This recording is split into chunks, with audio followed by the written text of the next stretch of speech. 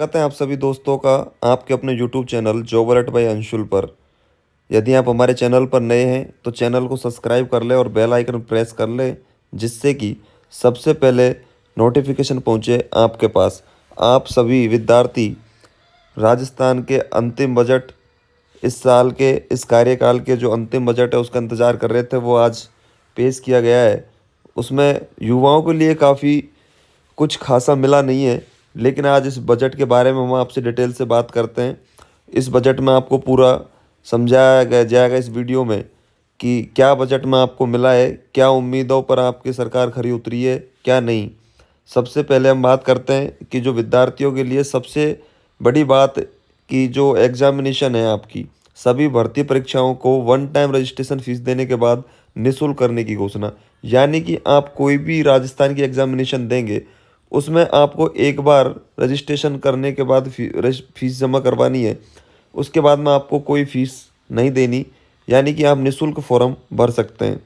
उसके बाद में कि पेपर लीक की घटनाओं पर प्रभावी रोकथाम के लिए एसओजी के अधीन स्पेशल टास्क फोर्स का होगा गठन।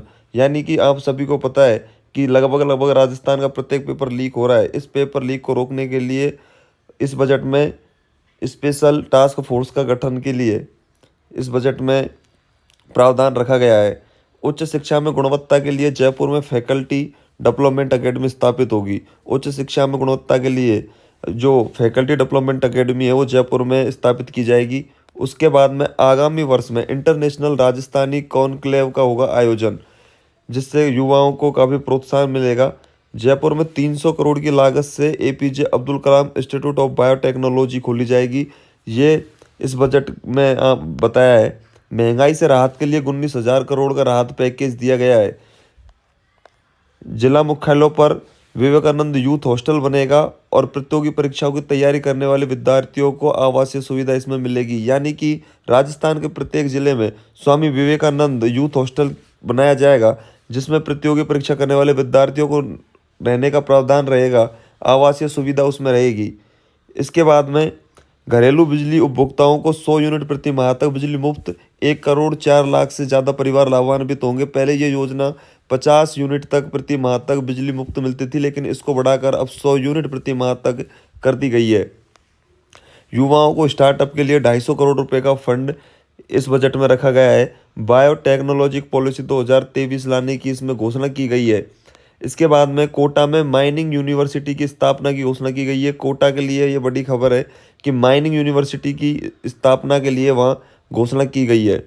इसके बाद में प्रदेश के उच्च एवं तकनीकी शिक्षण संस्थाओं में क्लासरूम, पुस्तकालय, आईटीसी लैब निर्माण के लिए 140 करोड़ रुपए इस बजट में रखे गए हैं, जिससे कि टेक्निकल शिक्षण में कुछ सुधार आ सके। इसके बाद आंगनवाड़ी केंद्रों पर पंजीकृत 3 से 6 वर्ष आयु वर्ग के 17 लाख से अधिक बच्चों को निःशुल्क मिलेगी 2 सेट ड्रेस। यानी पहले आंगनवाड़ी में बच्चों को कोई ड्रेस का प्रावधान नहीं था, लेकिन इस बजट में 2 ड्रेस यानी 2 सेट ड्रेस मिलेगा जो आंगनवाड़ी में 3 वर्ष से 6 वर्ष की आयु के विद्यार्थी जाते हैं। आगामी वर्ष जल जीवन मिशन के तहत 47,50,000 घरों को दिए जाएंगे नए जल कनेक्शन। यानी कि घर घर जल कनेक्शन योजना के तहत ये आगामी वर्ष में जीवन मिशन, जो जल जीवन मिशन योजना चल रही है, उसके तहत 47,50,000 घरों को नए कनेक्शन देने का इसमें प्रावधान है। सामाजिक सुरक्षा योजनाओं में हर वर्ष प्रति वर्ष 15% पेंशन राशि में बढ़ोतरी होगी। या ये सबसे बड़ी बात है कि जो 15% पेंशन राशि में बढ़ोतरी अब की जाएगी। आगे हम बात करें इस बजट की तो पर्यावरण संरक्षण मिशन होगा शुरू। जमुआ रामगढ़ में इंटीग्रेटेड रिसोर्सेज रिकवरी पार्क की होगी स्थापना। जमुआ रामगढ़ में इंटीग्रेटेड रिसोर्सेज रिकवरी पार्क की स्थापना की जाएगी पर्यावरण संरक्षण मिशन के लिए। पर्यावरण संरक्षण मिशन के लिए ये integrated resources recovery park Jammu Ramgarh में बनाया जाएगा। इसके बाद में कोरोना के कारण ये बहुत बड़ी सौगात उन बच्चों के लिए है जिन बच्चों के माता पिता इस महामारी कोरोना में खो दिए थे। जिन बच्चों ने अपने माता पिता को खो दिया और वो अनाथ हो गए थे, उनके लिए जो वो वयस्क हो जाएंगे, उसके बाद बालक बालिकाओं को सरकारी नौकरी, कोरोना के कारण अनाथ हुए बालक बालिकाओं को वयस्क होने पर दी जाएगी सरकारी नौकरी। इसके लिए गहलोत साहब का स्पेशल धन्यवाद। ग्राम पंचायतों एवं शहरों में वार्ड स्तर पर होगी महात्मा गांधी पुस्तकालय एवं संविधान केंद्रों की स्थापना। पहले चरण में आगामी वर्ष 250 केंद्र स्थापित होंगे। यानी कि प्रत्येक ग्राम पंचायत में महात्मा गांधी लाइब्रेरी और संविधान केंद्रों की स्थापना की जाएगी। पहले चरण में यानी आगामी वर्ष में 250 केंद्र स्थापित किए जाएंगे। इसके बाद 30,000 सफाई कर्मचारियों की नई भर्ती की जाएगी। स्वच्छ राजस्थान में सहयोग करने के लिए 30,000 सफाई कर्मियों की और नई भर्ती की जाएगी। प्रदेश के 13 जिले अजमेर, अलवर, दौसा, बारां, कोटा, बूंदी, सवाई माधोपुर, करौली, धौलपुर, भरतपुर, झालावाड़, जयपुर तथा टोंक के लिए ईआरसीपी योजना जीवनदायिनी साबित होगी। हम अपने वित्तीय संसाधनों से ईआरसीपी परियोजनाओं का काम निरंतर जारी रखेंगे और इसके लिए 1300 करोड़ रुपए का इसमें प्रावधान रखा गया है। आप सभी पूर्वी राजस्थान के जो विद्यार्थी हैं उनको तो लगभग सभी को पता ही होगा कि एआरसीपी परियोजना को राष्ट्रीय परियोजना घोषित करने के लिए पूर्वी राजस्थान का प्रत्येक युवा, प्रत्येक किसान काफी प्रयास कर रहे हैं, लेकिन ये सरकारों की अटकलों की वजह से अभी तक इसको राष्ट्रीय परियोजना घोषित नहीं किया गया।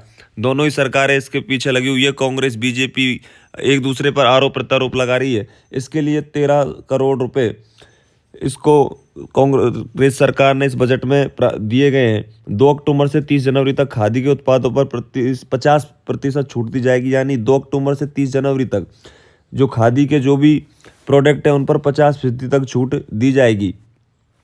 आगे हम बात करते हैं कि प्रदेश में 15 नशा मुक्ति केंद्र खोले जाएंगे।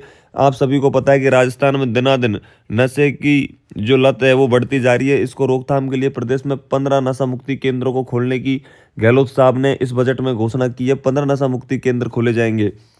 इसके बाद RUHS के अधीन पोस्ट कोविड रिहेबिलिटेशन सेंटर शुरू किया जाएगा। मुख्यमंत्री चिरंजीवी दुर्घटना बीमा योजना की राशि पहले 5 लाख रुपए थी, लेकिन इस बजट में उसको बढ़ाकर 10 लाख रुपए कर दी गई है। जोधपुर, उदयपुर और कोटा में 10-10 करोड़ की लागत से प्लेनेटेरियम का निर्माण किया जाएगा। इसी के साथ शहरी एवं ग्रामीण क्षेत्रों में खुलेंगे 1,000 और महात्मा गांधी अंग्रेजी माध्यम स्कूल। अंग्रेजी माध्यम स्कूल आप सभी को पता है कि महात्मा गांधी स्कूल है वो अंग्रेजी माध्यम की होती है।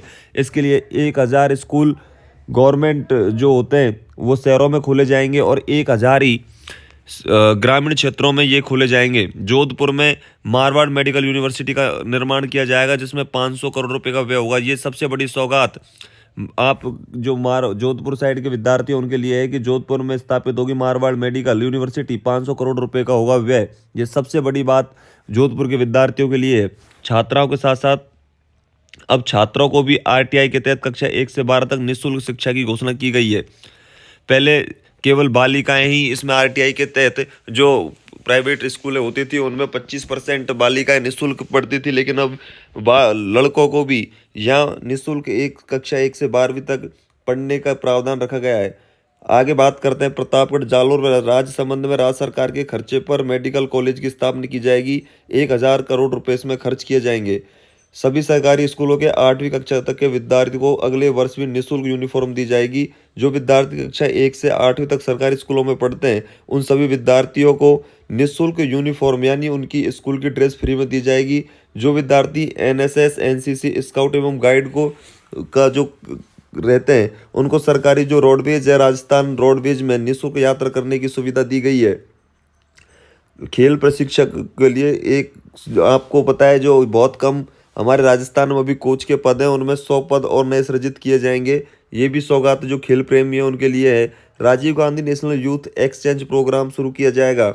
इसी के साथ राजस्थान टैलेंट सर्च परीक्षा के माध्यम से प्रदेश के 10,000 मेधावी विद्यार्थियों को स्कॉलरशिप की देने की घोषणा की गई है।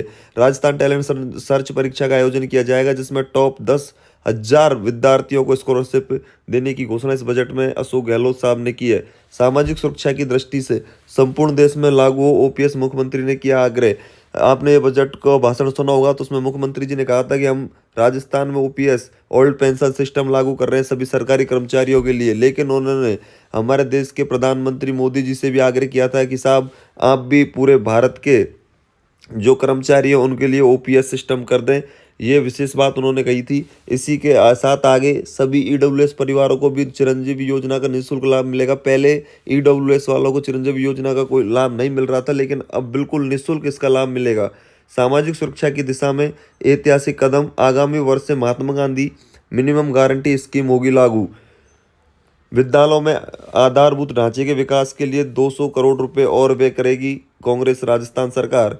गिग वर्कर्स वेलफेयर एक्ट लाया जाएगा, 200 करोड़ रुपए के फंड की भी घोषणा इसी के साथ की गई है। और गिग वर्कर वेलफेयर बोर्ड का भी गठन किया जाएगा। प्रदेश में 8,000 आंगनवाड़ी व 2,000 मिनी आंगनवाड़ी केंद्र खोले जाएंगे, जिससे छोटे छोटे बच्चों को शिक्षा प्राप्त करने का, उनको खेलने का एक अच्छा अवसर प्रदान किया जाएगा। जयपुर में नवीन एयर कार्गो की स्थापना की जाएगी। और प्रदेश के युवाओं के लिए Rajiv Gandhi national youth exchange programme शुरू किया जाएगा। 10,000 युवा देश के राज्यों में कर सकेंगे एक्सपोजर विजिट।